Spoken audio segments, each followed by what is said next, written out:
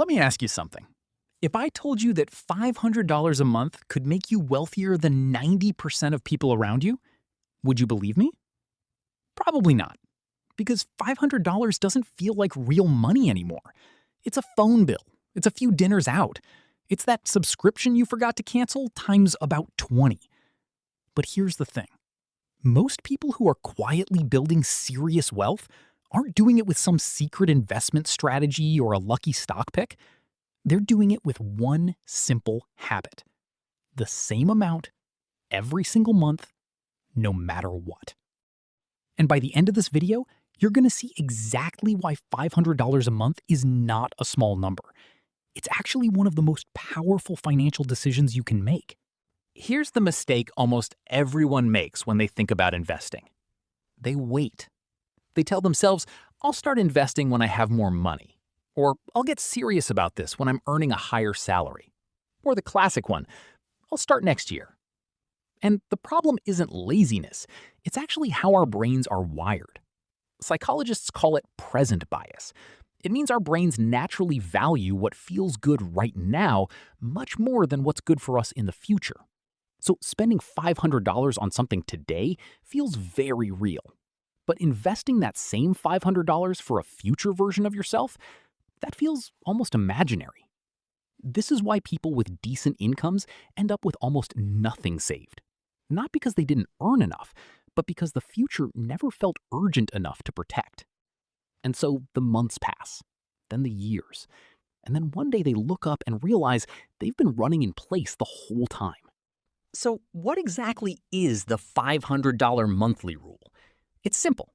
You commit to investing $500 every single month, consistently, no matter what the market is doing, no matter what's happening in your life, into a diversified index fund or a consistent investment vehicle of your choice.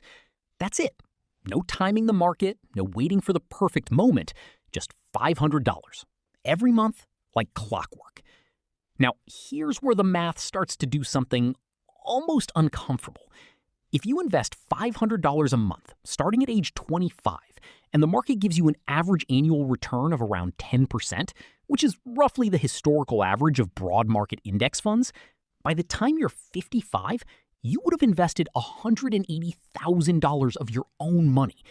But your actual portfolio, it would be sitting at somewhere around $1.1 million. You didn't earn $1 million.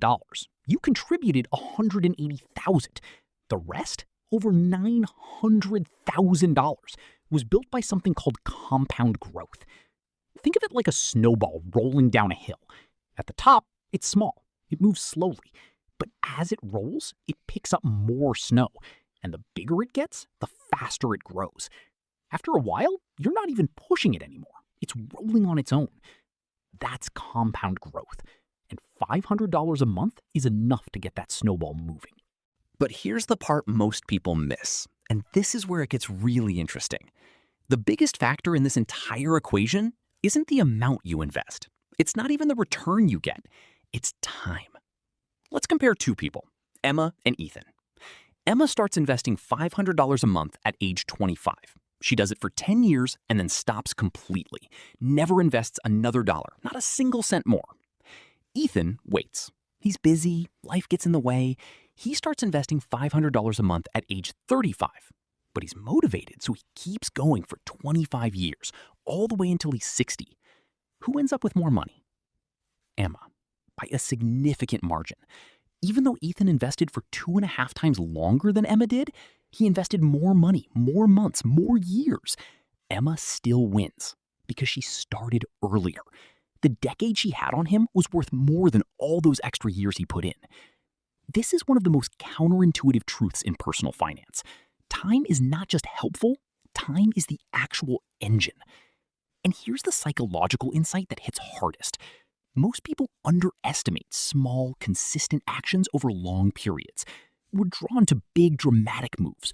We want to invest a lump sum. We want to find the hot stock. We want the exciting strategy. But wealth, real wealth, is almost always boring. It's the same action, repeated quietly, month after month, while everyone else is waiting for the right time. So what do you actually do with this? First, Stop thinking about $500 as just $500. Think about what it becomes. Every $500 you invest today has the potential to be $5,000, $10,000, or more in the future, depending on how long you give it to grow. You're not spending $500. You're planting something. Second, automate it. This is crucial. The moment investing requires a decision, your brain will start negotiating with you. Maybe not this month. The market looks a little uncertain. I'll double up next month. Set it up so the money moves automatically on the day after your paycheck comes in. Remove the decision entirely. What you don't see, you don't spend. Third, don't stop when the market drops. This one is hard emotionally. When the market falls, it feels like you're losing. But what's actually happening is that your $500 is buying more shares at a lower price. Market dips for long-term investors are actually quiet opportunities in disguise. And if $500 feels like too much right now, start with $200 or $100.